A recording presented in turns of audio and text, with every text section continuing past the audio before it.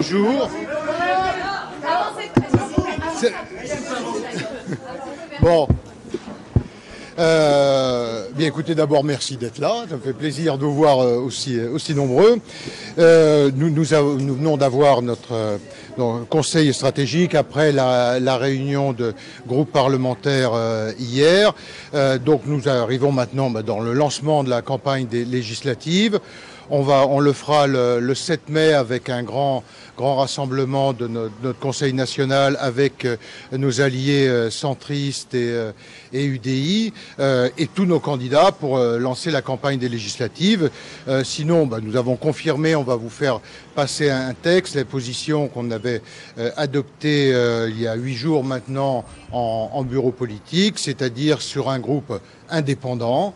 Les LR ont une voix particulière, avec un enracinement d'ailleurs qui a fait la différence, on l'a vu aux élections locales, si le Rassemblement national comme la République en marche ont encaissé une défaite aussi cinglante aux élections municipales et cantonales, c'est bien parce qu'il n'y avait pas cet enracinement.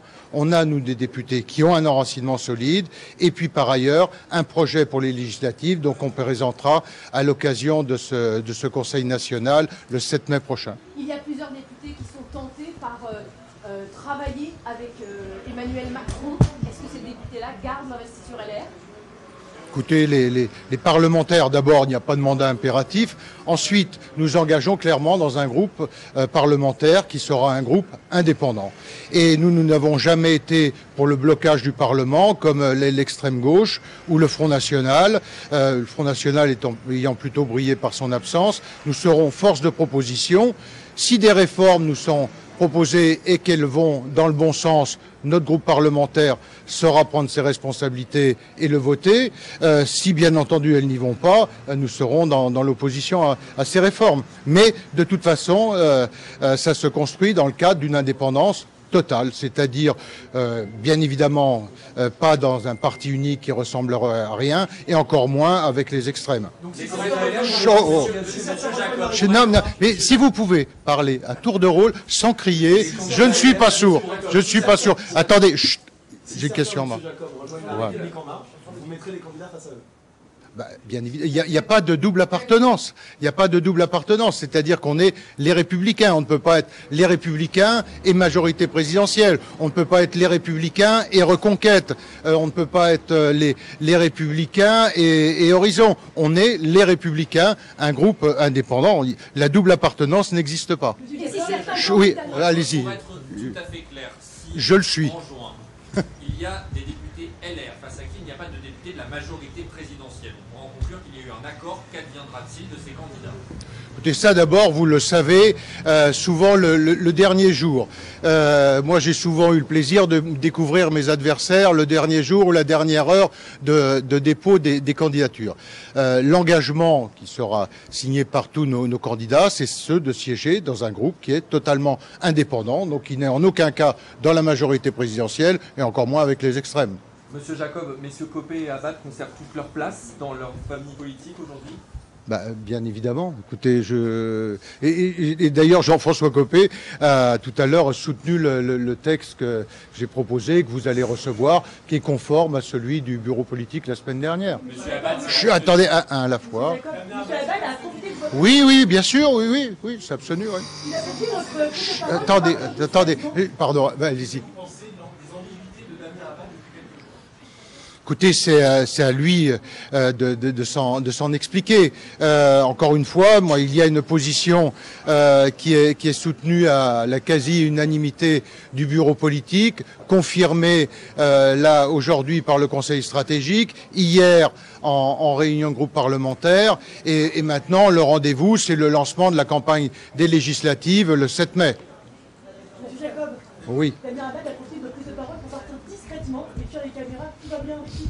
Oui, écoutez, interrogez-le. Je sais que vous ne manquerez pas de le faire.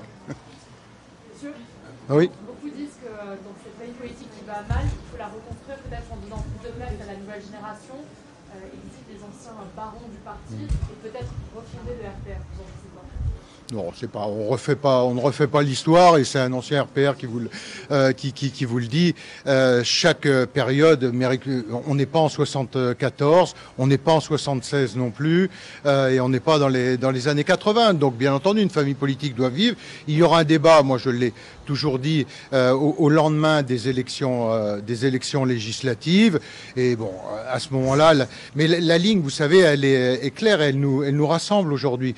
Quand vous avez dans une famille politique comme la nôtre, avec la diversité qui est la nôtre, vous avez un texte qui rassemble près de 90% de nos instances. Bon, on ne peut pas dire que ce soit l'éclatement, bien au contraire. Mais mon successeur, après les élections législatives, eh bien, il y aura un débat et tout ça sera tranché, mais à ce moment-là. Pour le moment, ce qui compte... Comment ? Il n'y a pas de droite irréconciliable. Oh non, parce que la sensibilité, elle est beaucoup plus large que ça. Vous savez, je peux vous faire l'histoire de ma famille politique depuis 74 et vous verrez que les débats internes, on va pas revenir à la candidature de Jacques Chaban-Delmas, on va pas revenir au débat de Maastricht, on va pas... Tout cela, on l'a connu. Et il y a des sensibilités, mais la droite et le centre sont ainsi. Mais on est capable de se rassembler et de le faire avec nos alliés du centre et de l'UDI qui sont sur la même logique de celle d'un groupe indépendant, parce que il y a une voie qui doit exister à l'Assemblée entre l'incapacité à porter des réformes qui étaient celles d'Emmanuel Macron pendant 5 ans, à tergiverser en permanence et à ne rien résoudre des maux de notre pays. Il a été aussi, avec sa majorité parlementaire, ceux qui ont fait monter le vote extrême comme jamais ça n'a été le cas en France. C'est de la responsabilité directe d'Emmanuel Macron et de sa majorité. Donc voilà, on est capable, nous, de porter une autre voix parce qu'on a aussi cet ancrage territorial que les députés En Marche n'ont pas. Est-ce que vous vous attendez à de nouveaux débauchages lors de l'annonce du prochain gouvernement ? Ça, vous savez, c'est de la petite politique politicienne, les petites magouilles, les petites combines, oui, il y en aura peut-être, mais écoutez, on en prendra acte. Ils sont exclus ? On en prendra acte. Bah, bien évidemment, s'ils sont dans le gouvernement, ils sont plus chez nous, c'est une évidence. Les députés LR qui sont tentés par travailler avec la majorité doivent le dire clairement, publiquement aujourd'hui. Non, mais Le message est un peu brouillé. Non, excusez-moi, alors vous entendez mal, si le message vous semble brouillé.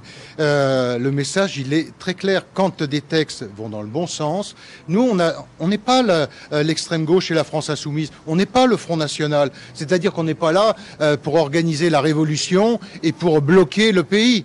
Les textes, et nous en avons porté suffisamment, ils ont toujours été rejetés d'un revers de main en permanence par la majorité. Donc nous serons force de proposition, et quand des textes, d'ailleurs vous avez pu le voir pendant ce quinquennat, quand des textes vont dans le bon sens, on est capable de les voter, mais en toute indépendance. Voilà. Monsieur Jacob, on a interrogé Bernard dans son arrivée. Ah, ben c'est très bien. De nous dire, je ne rejoindrai jamais Emmanuel Macron. Écoutez, reposez-lui la question, c'est pas moi, je suis le porte-parole de personne, je suis le porte-parole des Républicains. Voilà, donc... Mais oui, écoutez,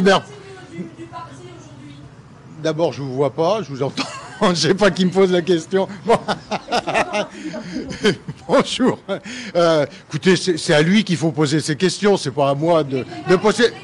Mais oui, mais non, absolument pas. C'est bon. Écoutez, non, on est au lendemain de résultats qui sont ceux des présidentielles, en reconstruction, avec une ligne qui est solide, partagée avec nos alliés centristes, avec des candidats qui, à la différence de ceux de La République En Marche, ou ceux du Rassemblement National, ou ceux de la France Insoumise, sont ancrés sur le territoire. Et aujourd'hui, il y a besoin de proximité, il y a besoin d'avoir un projet clair, donc ça, on vous le présentera à l'occasion du lancement de la campagne des législatives la semaine prochaine, samedi, enfin pas samedi de cette semaine, samedi prochain, et en avant pour la campagne. Ce qui compte aujourd'hui, il y a une seule chose, c'est d'être aux côtés, en soutien de nos candidats, et c'est ce que nous allons faire. Certains députés demandent à leurs collègues qui sont tentés de s'allier à Emmanuel Macron de choisir maintenant. Non, mais votre message ? Je vous ai répondu clairement à cette question. Il n'y a pas de double appartenance, il n'y en aura jamais. Qui va mener la bataille des législatives ? Votre serviteur, avec le soutien de toute l'équipe dirigeante et de toutes les voix importantes de notre famille politique. Je pense, bien sûr, toutes les voix importantes de notre famille politique. Je pense à Xavier Bertrand, je pense à Laurent Wauquiez, je pense à tous ceux que vous avez vus au Conseil stratégique, et puis aussi à nos parlementaires. Ce qui compte, c'est le soutien à nos parlementaires. Et je crois que tout le monde aujourd'hui est non seulement déterminé, mais engagé dans cette campagne, parce que le seul objectif, c'est celui-là, faire exister entre le laxisme et l'irresponsabilité du macronisme et la voie sans issue des extrêmes, il existe une voie responsable, solide, c'est celle que nous portons. Vous espérez Merci. garder combien de députés? Écoutez, ça on va le dire, beaucoup. Et plus. Merci, c'est bon. Je vous ai répondu. La place,